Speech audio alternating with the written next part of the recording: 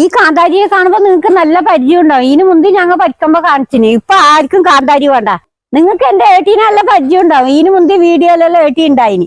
അങ്ങനെ കാന്താരി ഏട്ടിക്ക് പറിച്ചു കൊടുക്കുന്നത് ഡെയിലിട്ട നല്ല കാന്താരിയല്ലേ.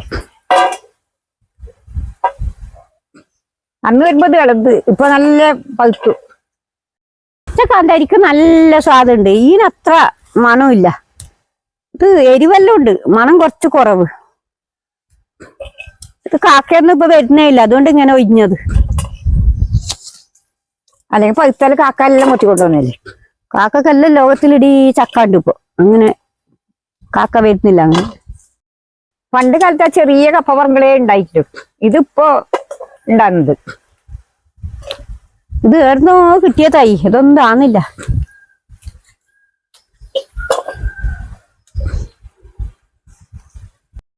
ഇപ്പൊ നല്ലോണം പഴുത്തതിന് വലിയ എരിവില്ല. ഇനി അന്ന് ഏട്ടീടെ മോൻ ദുബായിക്ക് പോകുമ്പോ ഒക്കെ പച്ച. ഇത് രണ്ടാമത്തെ വരിക്കുന്നത്. ഇപ്പൊ ഞങ്ങ മറ്റേ പച്ച കപ്പറങ്ങൾ തന്നെ കൂട്ടുന്നത്. ഇത് ഞങ്ങക്ക് വലിയ പാങ്ങില്ല. ഇത് പച്ചെങ്കിലേ പിന്നെയും പിടിക്കുന്നു.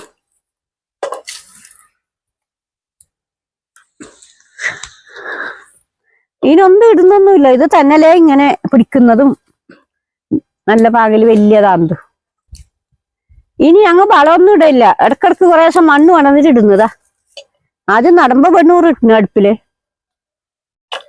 ഇത് നല്ല വെയിലായതുകൊണ്ട് ഇങ്ങനെ പിടിക്കുന്നത്.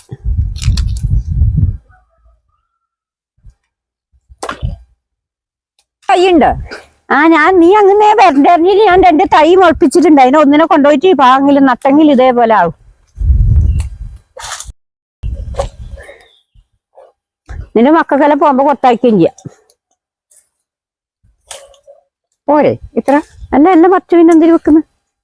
ഇന്നത്തെ കാലാവസ്ഥ നല്ലത്. ഞങ്ങക്ക് ഈ കപ്പറങ്ങൾ പരിക്കാനല്ല നല്ല വെയിൽ തന്നെ കിട്ടിപ്പോയി. രാവിലെ നല്ല മഴ അല്ലേ. മതിപ്പോ മതി. അയ്യപ്പോ എങ്ങനെ ഇത് പാകപ്പെടുത്തുന്നേ? അപ്പച്ചമ്പിന്റെ തട്ടില് ആവിക്ക് വെക്കണം. എന്നിട്ട് കുറച്ച് ഉപ്പിന്റെ പൊടിയും പാറ്റിയിട്ട് കുറച്ച് മിന്നായിരി ഒഴിച്ചിട്ട് നല്ല കുപ്പിയിലിട്ട് വെച്ചാൽ മതി. കുറച്ച് നിൽക്കും. ഞാൻ കുറെ നിൽക്കുന്നു. ഞങ്ങളുടെ പച്ച ഇല്ലതുകൊണ്ട് അങ്ങനെയൊന്നും ആക്കില്ല. വേഗം വന്നിട്ട് പരിക്കുന്നു.